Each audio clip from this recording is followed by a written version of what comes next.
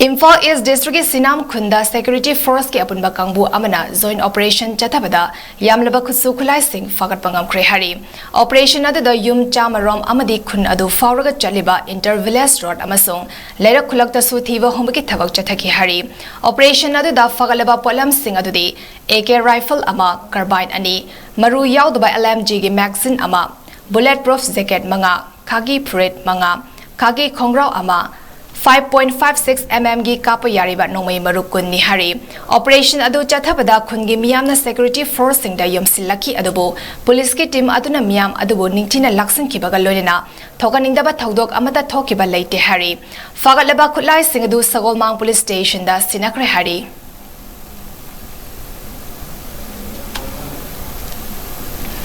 Amaramda 𝗏𝐺 district Yaripok Gwarok Jingda Khutsu Khalai Khara Lotna Thamle Haiba Kangnaba Pau ama Fangbadagi Ngasi 𝗏𝐺 district Special Operation Group SOG na 𝗏𝐺 Commando amadi 33 Assam Rifles amasung 195 BSF C company ga punna thiba hombagi operation chathabada yamlaba khutsu khalai sing fagat pangam krehari